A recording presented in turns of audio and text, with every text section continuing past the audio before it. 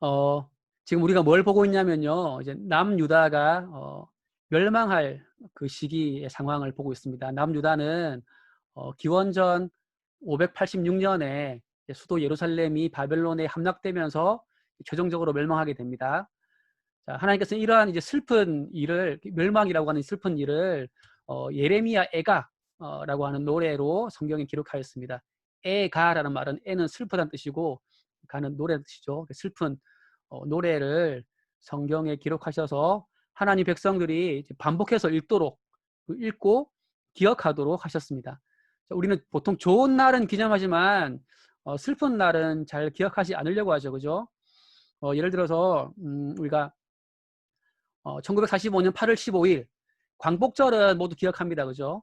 그런데 우리가 일제의 국권을 빼앗긴 1910년 8월 29일 뭐라 그러죠?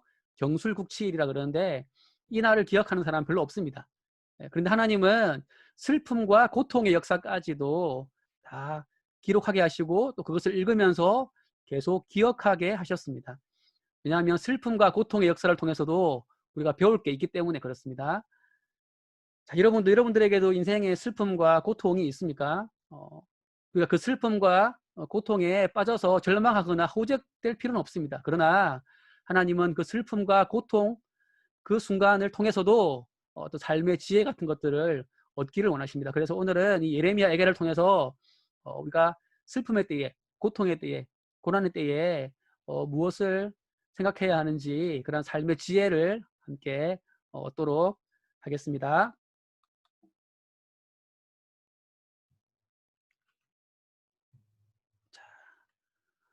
우리가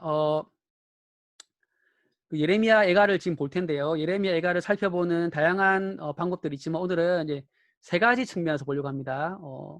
여러분들은 삶의 어떤 슬픔과 고통이 닥쳐올 때 어떻게 그 문제에 접근하면 좋을까요? 어, 이 과거 그리고 현재, 미래를 다 고려해야 합니다. 자, 제일 먼저 해야 될 일은 현재 상황에 대한 사태 파악이죠, 그죠? 이 문제가 얼마나 심각한지 그 심각성을 모르면은 해결책을 찾을 수도 없기 때문에 지금 현재의 사태 파악을 하는 게 제일 중요합니다. 자, 이것은 마치 병에 걸린 사람이 지금 자신의 병명이 무엇인지 그것을 진단하는 그런 찾는 과정하고 비슷하다 할 수 있겠죠. 자, 그다음은 문제의 원인을 진단하기 위해서는 과거를 살펴봐야 됩니다. 문제의 심각성을 알아도 원인을 못 찾으면 또 해결책을 찾을 수가 없겠죠. 이것은 마치 내가 무슨 병에 걸렸는지 아는 사람이 내가 이 병에 왜 걸렸을까? 그 병의 원인을 진단하는 것하고 비슷하다고 보면 되겠습니다. 자, 그 다음 해야 될 일은 뭡니까? 마지막으로 어떻게 하면 이 문제를 해결할 수 있는지 해결책을 찾으면서 소망을 모색해야 합니다. 이것은 이제 병을 진단한 환자가 치료법이나 약을 찾아서 치료를 받는 것하고 비슷하겠죠. 자, 이 세 가지 측면을 가지고 오늘 예레미야 애가를 한번 살펴보도록 하겠습니다. 자, 예레미야 애가의 대부분의 내용들은 멸망한 그 예루살렘의 상태가 얼마나 끔찍한지 비참한지 그것을 묘사하면서 이 사태의 심각성을 알려주는데 많은 부분들을 할애하고 있습니다. 자, 1장 1절부터 그런 내용들이 나오는데요. 같이 봅시다. 보시면은 전에는 이렇게 좋았는데 예루살렘이 멸망하면서 이제는 이렇게 비참한 상황이 됐다. 이렇게 계속해서 말씀하고 있다는 것을 알 수 있습니다. 2장에도 보면은 그 멸망한 예루살렘에 대한 생생한 증언들이 나오는데요. 성벽이 파괴되고 또 특별히 어린 아이들이 기근으로 인해서 죽고 특별히 심지어 2장 20절을 보시면은 어머니가 너무 배가 고파가지고 자기 자녀를 먹는 일까지 일어날 정도로 비참한 상황이 됩니다. 3장을 보시면은 이제 예루살렘의 멸망으로 인한 그 비통함을 노래하고 있습니다. 물론 3장 뒷부분 보시면은 또 그 비통함 속에서도 발견할 수 있는 소망에 대한 메시지가 나오기는 합니다. 그 부분은 좀 이따 보도록 하겠습니다. 자, 그리고 4장을 보면 예루살렘 함락으로 인한 그 비참한 상황들을 다시 묘사하는데요. 먹을 것이 없어서 많은 사람들이 죽었다고 하면서 차라리 그냥 그 쳐들어온 적군에 의해서 칼에 찔려 죽는 것이 더 낫다고 할 정도로 굶어서 죽는 일이 너무나 고통스럽고 비참하다라는 것을 말씀하고 있습니다. 자, 그렇다면 왜 예루살렘이 이렇게 망하게 되었을까요? 문제의 원인을 진단해야 그 해결책을 통한 소망을 찾을 수가 있겠죠. 자, 이것은 자신들의 어떤 과거의 삶의 모습을 살펴보는 것에서 시작되는데, 우선 먼저 이 멸망의 원인을 진단하려면 우리가 멸망당한 이 일이 도대체 어, 누가 일으킨 일인가, 이 일을 주관하는 분이 누구신가 하는 것부터 먼저 살펴보아야 합니다. 자, 2장 1절에서 8절을 보면요, 예루살렘이 당한 이 비참한 일들을 묘사하면서 주어가 누구로 나옵니까? 주께서, 여호와께서 이렇게 예루살렘을 멸하셨다라고 분명하게 말씀하고 있습니다. 자, 그리고 4장 11절을 봐도요, 이 모든 일이 그 여호와 하나님의 진노로 말미암아 일어난 일이다, 이렇게 말씀하고 있습니다. 자, 어떤 사람들은 하나님은 우리 인생에 좋은 것만 주시기 때문에 슬픔과 고통은 하나님과 상관없는 일이다, 이렇게 생각합니다. 물론 하나님은 사랑의 하나님이시기 때문에 진노하지 않는다, 이렇게 생각할 수 있지만 그렇지 않습니다. 하나님은 우리 인생에 일어나는 좋은 일뿐만 아니라 슬프고 고통스러운 일도 하나님께서 다 주관하십니다. 어떤 경우에는 하나님이 우리를 사랑하시기 때문에 우리를 향해서 진노를 쏟아 부으시기도 하십니다. 물론 그렇다고 해서 하나님께서 마치 무슨 썩난 폭군처럼 갑자기 느닷없이 사람들에게 막 버럭버럭 그렇게 화를 내신다 생각하면 안 됩니다. 그렇지 않고요. 하나님께서 이렇게 예루살렘을 심판하실 것은 그냥 갑자기 버럭버럭 하신 게 아니라 하나님이 이미 율법을 통해서 약속하신 말씀대로 심판을 하신 것입니다. 2장 17절 말씀 보면은 하나님께서 이미 예전에 정하시고 명령하신 일을 지금 행하신 것이 바로 뭐다? 예루살렘에 대한 심판이다 라는 것을 말씀하고 있습니다. 우리는 하나님의 약속 이러면은 나에게 좋은 일만 생각할 수 있는데요. 그러나 하나님 약속에는 아주 엄중한 경고도 포함되어 있습니다. 이 말씀에 나오는 이미 정하신 일들은 하나님의 말씀을 어긴 자에게 주어지는 그 형벌의 약속을 의미합니다. 신명기를 보면 이러한 그 형벌의 약속들이 많이 나오는데요. 대표적으로 신명기 28장 45절을 보시면은 하나님 말씀에 불순종한 자들을 하나님께서 멸하시겠다라고 이미 약속을 하셨다라는 것을 알 수가 있습니다. 자, 이렇게 하나님께서는 이미 경고하셨음에도 불구하고 이스라엘 백성들이 어떻게 합니까? 1장 8절을 보면은 그들은 하나님의 경고에도 불구하고 크게 범죄하였습니다. 그래서 하나님은 약속대로 경고하신 대로 예루살렘을 멸망시키신 것입니다. 앞서 예루살렘 그 멸망 시기에 부모가 자기 자녀를 먹는, 너무 배가 고파가지고 먹는 그런 일도 일어났다라고 했는데요. 이 일 또한 하나님께서 이미 경고하신 그 무시무시한 그 경고를 백성들이 듣지 않았기 때문에 일어난 일입니다. 한 말씀 볼까요? 자, 신명기 28장 57절 보시면은 분명히 하나님께서는 하나님 말씀에 불순종하면은 부모가 자기 자녀를 먹게 될 정도의 기근을 경험하게 될 것이다, 이렇게 이미 경고를 하셨습니다.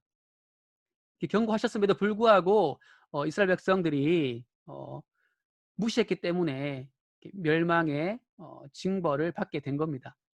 자, 그러므로 심판의 주권자는 하나님이시지만 이 일의 원인 제공자는 누구입니까?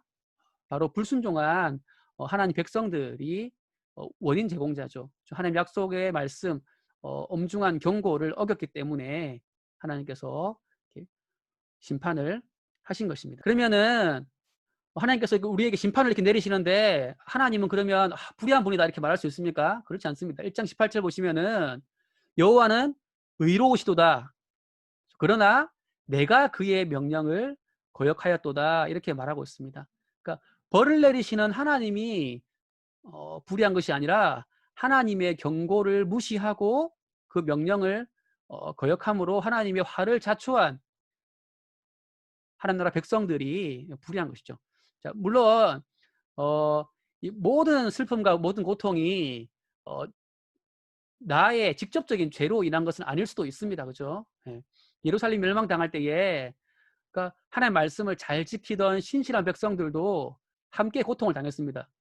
멸망당할 때 그 사람들은 고통 안 당한 게 아니냐면 신실한 자들도 함께 고통을 당했습니다. 그러면 그들은 자기의 죄 때문에 고통당한 것은 아니죠. 그러나 분명한 것은 누군가의 죄로 인해 예루살렘이 멸망했고 그 일로 인해서 고통이 예루살렘 모든 사람들에게 임하였다라는 사실입니다.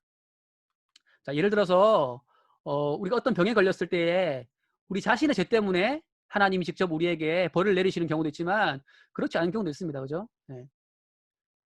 우리는 어떤 경우에는 이 고통의 원인이 무엇인지 정확하게 알지 못할 때가 더 많습니다. 근데 분명한 건 뭡니까?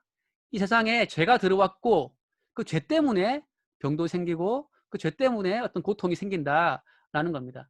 자, 그런데 우리가 삶이 평안할 때는 아무런 문제가 없을 때에는 죄가 세상에 들어왔고 그 죄로 인해서 세상에 문제가 생긴다. 세상이 어그러져 있다.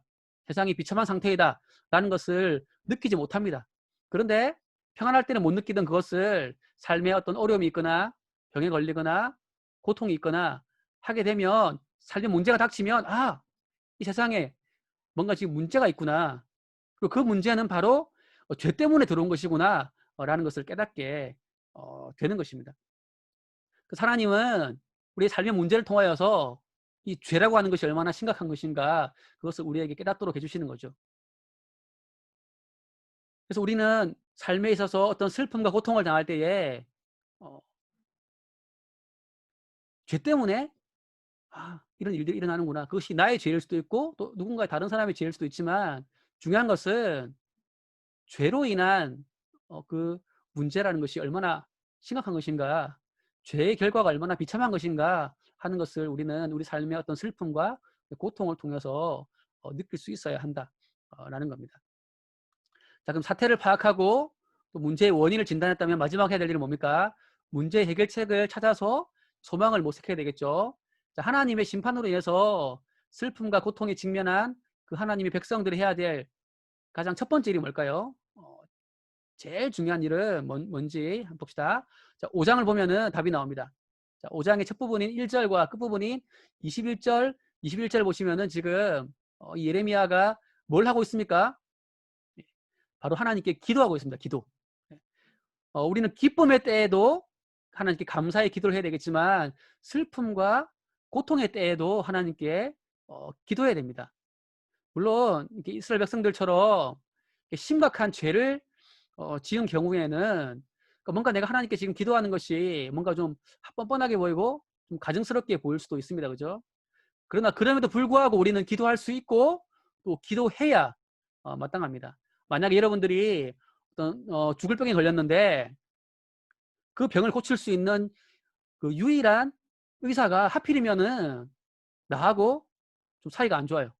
내가 그 사람에게 그 의사에게 아주 큰 잘못을 저질렀어요. 그럼 여러분 어떻게 하겠습니까? 찾아가야죠. 그래도 그렇죠. 그 사람이 나를 살릴 수 있다면 그래도 그 의사에게 찾아가서 고쳐달라고 애원해야 됩니다. 왜냐하면 유일한 소망이 그 의사에게 있기 때문에 그렇게 하는 것이죠. 마찬가지입니다. 우리 인생의 슬픔과 고난을 당했을 때에 설사 내가 내 삶을 돌아볼 때에 하나님 앞에서 좀 부끄럽고 큰 죄가 있는 것 같아 보인다 할지라도 우리의 유일한 소망은 하나님이시기 때문에 그 하나님에게 나아가서 기도해야 하는 것입니다.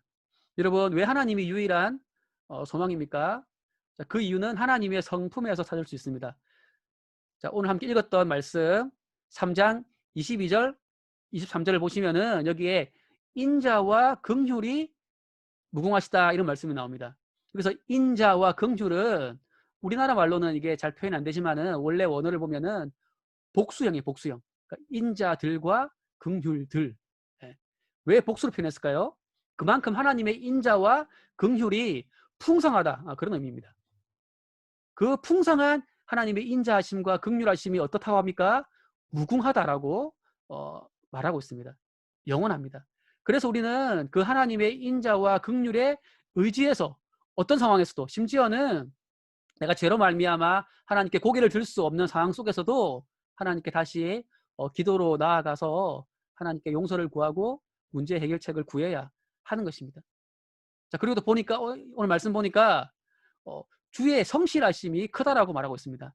그 성실하다는 것은 어, 열심히 일한다 이런 뜻이 아니라 신실하다 이런 뜻이에요. 신실하다. 신실하다는 것은 뭐죠? 믿을 수 있다 이런 뜻이에요. 하나님의 인자와 긍휼은 풍성하고 영원할 뿐만 아니라 우리가 믿을 수 있어요. 신실하시기 때문에 하나님은. 그래서 우리는 이런 하나님의 긍휼과 인자하심의 그 풍성함을 의지해야 되는데 우리가 어디에서 이 하나님의 인자와 그 긍휼이 풍성하고 무궁하다라는 것을 알 수가 있습니까? 바로 하나님의 아들 그 예수 그리스도께서 십자가에 죽으신 것, 그렇죠? 하나님 아버지께서 자기 아들을 내어주신 그 십자가를 통해서 하나님의 그 죄인들을 향하신 인자와 긍휼이 얼마나 풍성하고 무궁한가를 확인하고 확신할 수 있습니다. 그래서 우리는 그 십자가 때문에 하나님의 그 인자와 긍휼을 의지하면서 비록 죄로 말미암아 부끄러운 상태에서도 하나님께 소망을 품고 나아가 기도할 수 있는 것입니다. 자, 여러분 말씀을 정리하겠습니다. 여러분들의 인생에 슬픔과 고통이 있습니까? 어떤 친구들은 삶이 평안할 수도 있어요.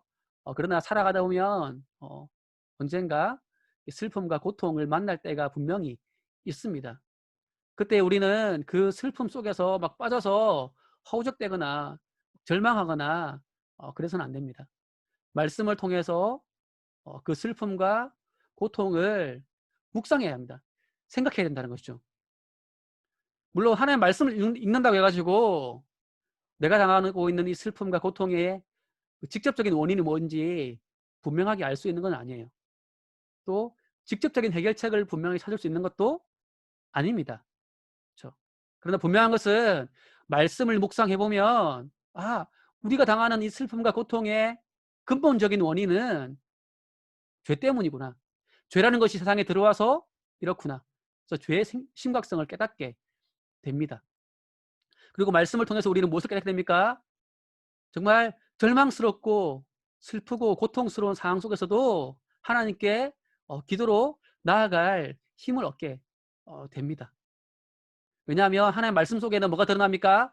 하나님의 그 인자와 긍휼이 참으로 풍성하고 무궁하다라는 것이 말씀 속에 드러나기 때문에 우리는 말씀을 통해서 그 인자하신 하나님께로 나아갈 힘을 얻게 되는 것입니다.